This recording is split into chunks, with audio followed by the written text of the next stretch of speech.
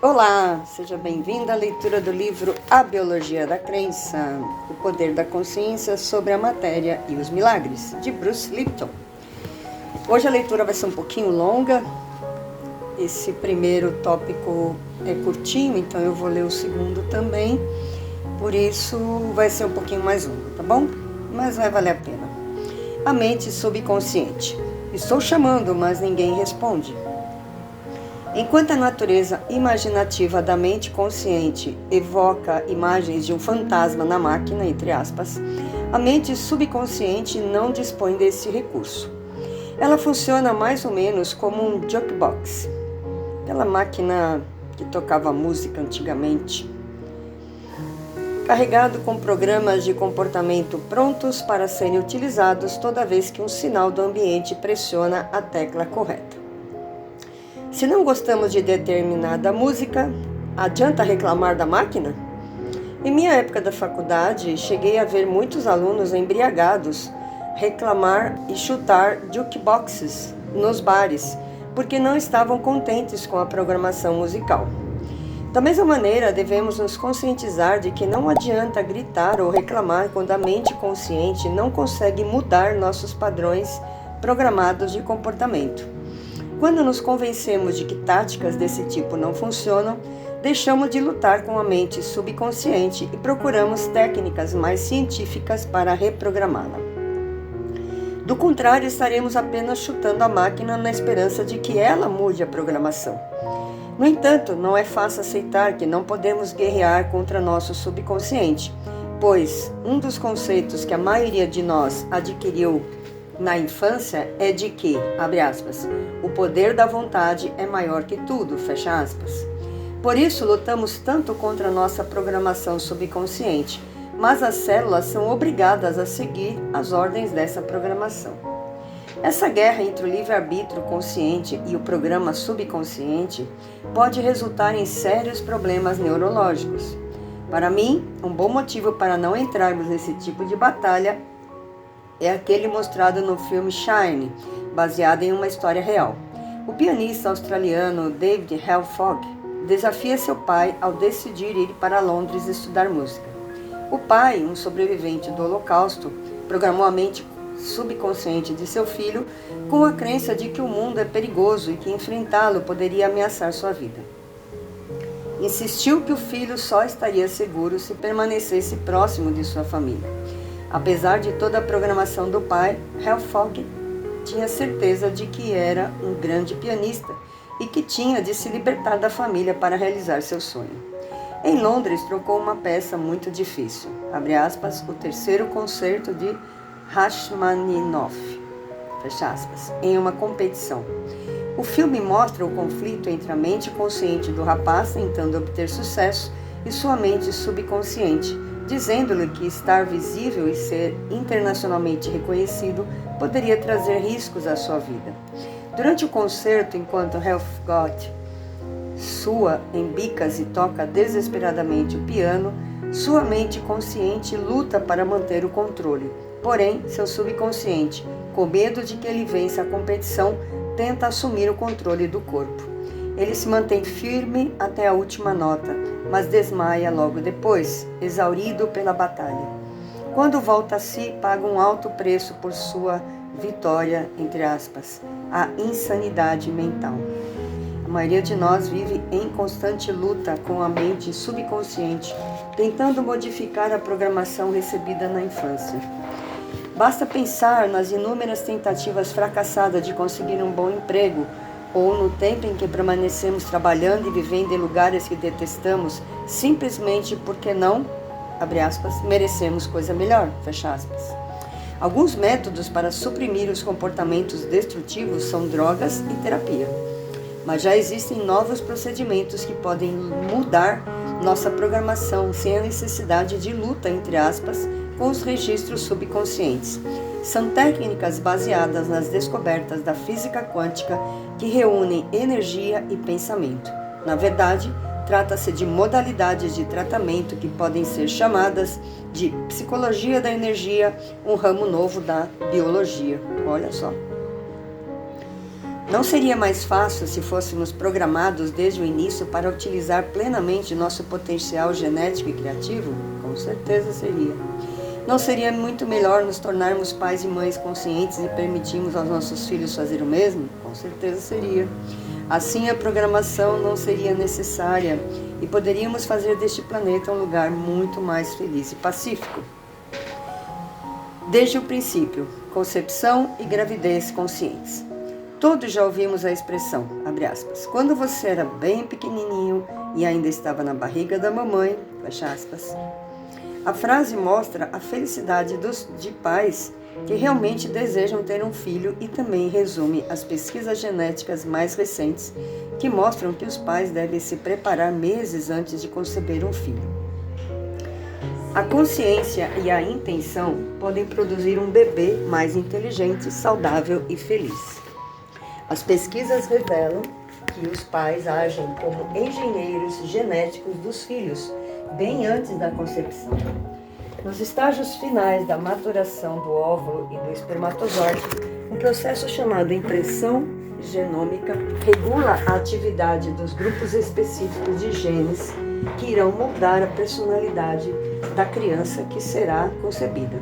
Estudos sugerem que tudo o que se passa na vida dos pais durante o processo de impressão genômica tem influência profunda sobre a mente e o corpo da criança, o que mostra que a maioria dos casais não está mesmo preparada para ter um filho. Verne declara em Pré-Paternidade como educar o seu filho desde a concepção. Abre aspas, faz toda a diferença sermos concebidos com amor, com pressa ou com ódio, e se nossa mãe realmente queria engravidar. Os melhores pais são aqueles que vivem em um ambiente calmo e estável, sem vícios, e têm um bom relacionamento com a família e os amigos. É interessante observar que as culturas aborígenes reconhecem há milênios a influência do ambiente no momento da concepção. Antes de ter um filho, os casais passam por cerimônias para purificar a mente e o corpo. Hoje, uma série de pesquisas documentam a importância da atitude dos pais no desenvolvimento da criança desde o útero. Verne também escreveu sobre isso, abre aspas. As diversas evidências científicas que surgiram na última década nos levam a reavaliar as habilidades mentais e emocionais da criança antes do nascimento.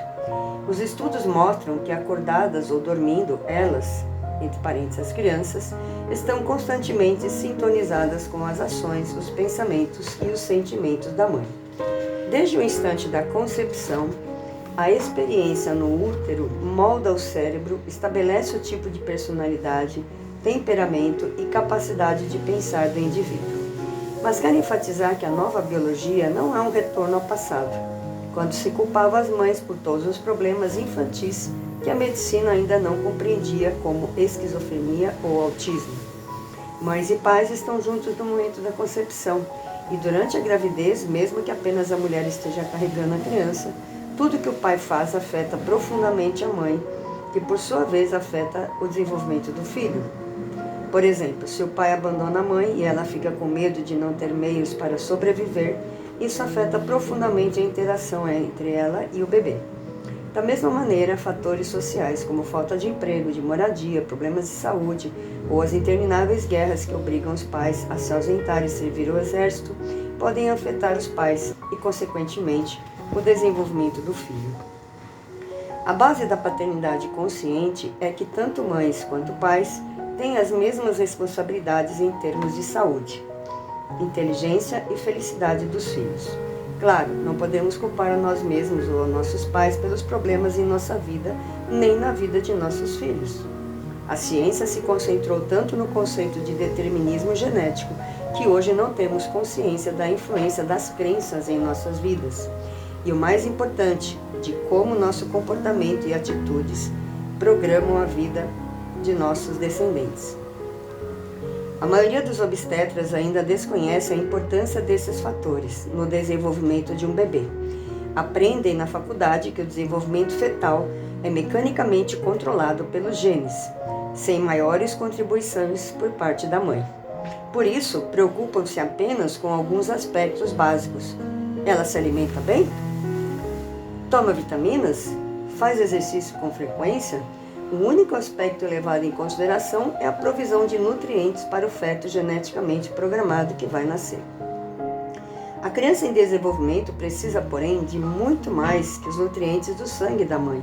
Se ela é diabética, por exemplo, seu filho acaba absorvendo excesso de glicose. Se sofre de estresse crônico, pode transmitir a ele excesso de cortisol e de hormônios de alerta, abre parênteses, fuga ou luta, fecha parênteses.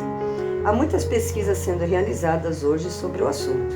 Se a mãe está sob muita tensão, seu eixo HPA é ativado, o que faz com que o bebê se sinta em um ambiente ameaçador. Os hormônios de estresse ativam reações de proteção. Quando entram na corrente sanguínea fetal, afetam os mesmos órgãos e tecidos que afetaram na mãe. Em ambientes de estresse, o sangue do feto se concentra mais nos músculos e na parte posterior do cérebro para atender às necessidades nutricionais dos braços e pernas e da região do cérebro responsável pelos reflexos de defesa, ativados quando a vida está em risco. Para manter a função desses sistemas de proteção, o sangue é retirado de órgãos viscerais e os hormônios inibem as funções cerebrais. O desenvolvimento dos tecidos e órgãos fetais é proporcional à quantidade de sangue que recebem e das funções que desempenham. Ao passar pela placenta, os hormônios de sua mãe, que sofre de estresse crônico, alteram profundamente a distribuição do fluxo do sangue no feto e modificam as características de desenvolvimento de sua fisiologia.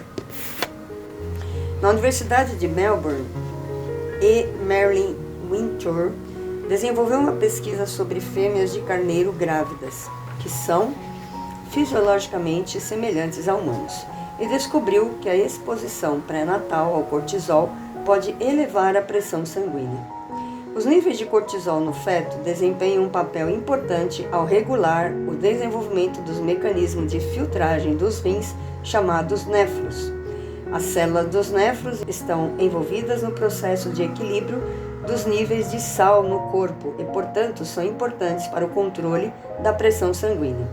O excesso de cortisol absorvido de uma mãe sob estresse altera o desenvolvimento dos néfros do feto. Outro efeito do excesso de cortisol é que ele faz com que tanto a mãe quanto o feto passem de um estado de crescimento para um estado de proteção. Como resultado, o feto nasce menor. Condições negativas no útero que levam ao nascimento de bebês com peso abaixo do normal estão associadas a diversas doenças descritas por Nathaniels em seu livro A Vida no Útero. Nathaniels, 1999. Entre elas, a diabetes, problemas de coração e obesidade. Por exemplo, o Dr. David Baker, da Universidade de Southampton, na Inglaterra, descobriu que meninos que nascem com menos de 2,5 kg têm 50% mais probabilidade de morrer devido a problemas cardíacos do que os outros que nascem com peso normal. Pesquisadores de Harvard descobriram que meninas que pesam menos de 2,5 kg correm 23% mais risco de terem doenças cardiovasculares que as outras. David Leon, da Escola de Higiene e Medicina Tropical de Londres, descobriu que a diabetes é 3 vezes mais comum em homens com mais de 60 anos que nasceram com tamanho e peso abaixo do normal. Em novo foco da influência do ambiente pré-natal, também abrange o estudo do QI, que os deterministas genéticos e raciais associavam apenas aos genes. Mas em 1977, Bernie Devlin, professor de psiquiatria da Escola de Medicina na Universidade de Pittsburgh, analisou 212 estudos que comparavam o QI de gêmeos, irmãos e seus pais.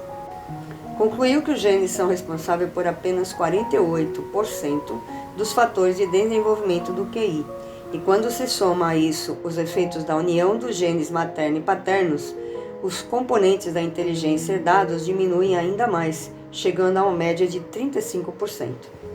Já Devlin descobriu que as condições ao longo do desenvolvimento pré-natal podem afetar o QI de maneira significativa. Ele revela que uma média de 50% da inteligência potencial de uma criança é controlada por fatores ambientais. Estudos anteriores também mostravam que o consumo de álcool ou de nicotina durante a gravidez pode causar a diminuição do QI da criança, assim como a exposição ao chumbo. A lição para quem deseja ter um filho é que as atitudes dos pais no período da gravidez podem reduzir drasticamente a inteligência da criança. E não se trata de acidentes, mas de alteração no fluxo de sangue de um cérebro submetido a estresse.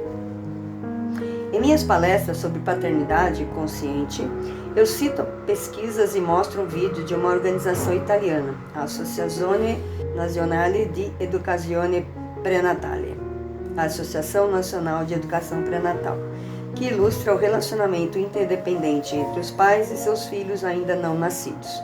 No vídeo, uma mãe e um pai estão tendo uma discussão enquanto ela é submetida a um sonograma. Pode-se ver nitidamente que o feto salta dentro do útero quando a discussão se inicia.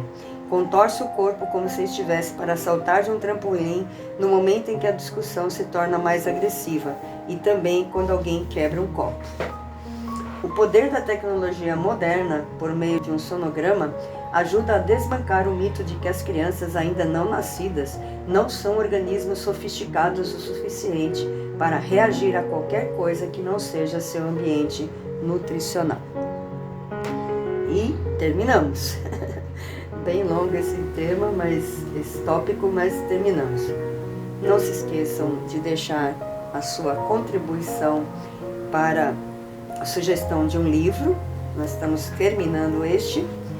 Deixa no comentário o que vocês gostariam que a gente lesse. Do meu coração para o seu coração, eu desejo que o seu sonho se realize. Até o próximo áudio.